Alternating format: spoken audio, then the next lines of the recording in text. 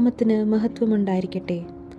ഇന്നത്തെ ചിന്തയ്ക്കായി തിരഞ്ഞെടുത്തിരിക്കുന്ന വേദഭാഗം അപ്പോസ്തലനായ വിശുദ്ധ പൗലോസ് കൊരിന്ത്യർക്ക് എഴുതിയ 2-ാം ലേഖനം 11-ാം അധ്യായം 23 മുതൽ 33 വരെയുള്ള വാക്യങ്ങളാണ്. അതിൻ്റെ 30-ാം വാക്യം നാം ഇപ്രകാരം വായിക്കുന്നു: പ്രശംസിക്കണമെങ്കിൽ എൻ്റെ ബലഹീനത സംബന്ധിച്ച് ഞാൻ പ്രശംസിക്കും. കൊരിന്തിലെ സഭ പലതരത്തിലും അധാർമികതയുള്ള ജീവിത സാഹചര്യങ്ങളിലൂടെയും അനുഭവങ്ങളിലൂടെയും മുൻപോട്ട് ജീവിച്ച ഒരു സഭയാണ്. ക്രിസ്തു വിശ്വാസത്തിലേക്ക് കടന്നു വരുമ്പോൾ അവരുടെ പഴയ ജീവിത സാഹചര്യങ്ങളിൽ നിന്നും മാറേണ്ടുന്ന ആവശ്യകതയെപ്പറ്റിയും അവരുടെ പുതിയ ജീവിത ശൈലിയിൽ ക്രമം എപ്രകാരമായിരിക്കണമെന്നും പൗലോസ് ശ്ലീഹ ഈ 2 ലേഖനങ്ങളിൽ കൂടെയും സംസാരിക്കുന്നു. 11-ാം അധ്യായം 23 മുതൽ 33 വരെയുള്ള വാക്യങ്ങൾക്ക് വർദ്ധിക്കുന്ന കൃപയും വാഴ്ത്തപ്പെട്ട പൗലോസും എന്ന തലക്കെട്ട് നമുക്ക് നൽകാവുന്നതാണ്. പ്രസ്തുത ഭാഗത്ത് പൗലോസ് ശ്ലീഹ ദൈവസന്നിധിയിൽ താൻ സഹിച്ചതും തൻ്റെ വേലയിൽ ദൈവകൃപയോടെ ഏറ്റതുമായ പ്രവർത്തനങ്ങളെ അക്കമിട്ട് കുറിക്കുന്നു. 2 ചിന്തകളാണ് ഈ ഭാഗത്തിൽ നിന്നും ഒരുമിച്ചുള്ള ധ്യാനത്തിനായി പങ്കുവയ്ക്കുവാൻ ആഗ്രഹിക്കുന്നത്. 1. വേദനപ്പെട്ട പൗലോസ്. 2. വിളവ് നൽകിയ ദൈവം. 23 മുതൽ 28 വരെയുള്ള വാക്യങ്ങളിൽ പൗലോസ് ശ്ലീഹ തൻ്റെ ജീവിതത്തിൽ താൻ ഏറ്റെടുത്തതായിട്ടുള്ള അസാധാരണമായ വേദനകളെപ്പറ്റിയും പങ്കപ്പാടുകളെപ്പറ്റിയും വളരെയധികം വാചാലമാകുന്നു. ശുശ്രൂഷയുടെ അമിതമായിട്ടുള്ള ഭാരം തൻ്റെ സുവിശേഷ താൽപര്യത്തെ കുറയ്ക്കുന്നതായി പൗലോസ് ശ്ലീഹ പറയുന്നില്ല. വിളിച്ച ദൈവത്തോടുള്ള വിശ്വസ്തതയിൽ മുൻപോട്ട് ചലിക്കുന്നതും ആ വിളിച്ചവനോടുള്ള വലിയ ബന്ധത്തിൽ ഈ പ്രയാസങ്ങളെ എല്ലാം മറികടക്കുന്ന പൗലോസിനെയാണ് നാം കാണുന്നത്.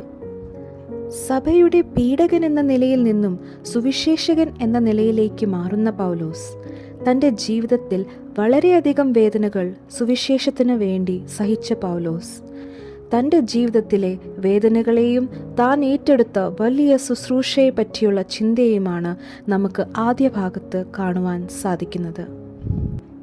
ഇവിടെ പൗലോസ് ശ്ലീഹ പറയാതെ പറയുന്നത് താൻ പലപ്പോഴും പൂർണ്ണനായിരുന്നു എന്നുള്ളതല്ല, എന്നാൽ താനും ബലഹീനനായിരുന്നു എന്നും ഇടറിപ്പോയിട്ടുണ്ട് എന്നതാണ്. അതുകൊണ്ടാണ് പൗലോസ് ശ്ലീഹ ഇവിടെ പറയുന്നത്, എൻ്റെ ബലഹീനത സംബന്ധിച്ചാണ് ഞാൻ പ്രശംസിക്കുന്നത്. അപ്രകാരം ബലഹീനനായിരുന്നപ്പോൾ തന്നെ താൻ അനുഭവിച്ച ദൈവകൃപയെപ്പറ്റി വളരെയധികം വാചാലമാകുന്നുണ്ട്.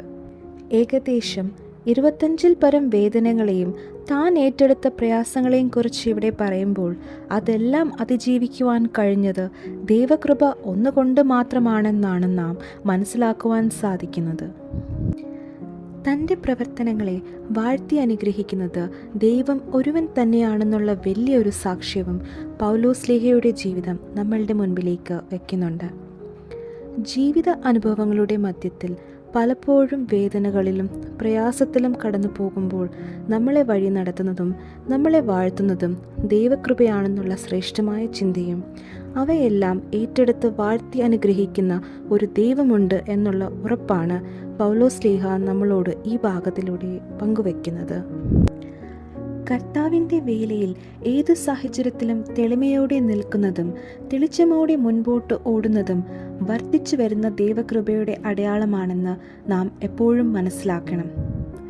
ഏതൊരു അവസ്ഥയിലും യേശുക്രിസ്തുവിന് വേണ്ടി നിൽക്കുന്നതിനും യേശുക്രിസ്തുവിനോട് കൂടെ സഞ്ചരിക്കുന്നതിനും ഈ ഭാഗം നമ്മളെ വെല്ലുവിളിക്കുന്നു. ബലം തരുന്ന കർത്താവിൻ്റെ സന്നിധിയിൽ നമ്മളെ തന്നെ വിനയപുരസ്സരം താഴ്ത്തുന്നതിനും നമ്മുടെ ദൈവത്തോട് കൂടെ സഞ്ചരിക്കുന്നതിനും തുടർന്നും ദൈവം നമ്മളെ എല്ലാവരെയും ബലപ്പെടുത്തട്ടെ.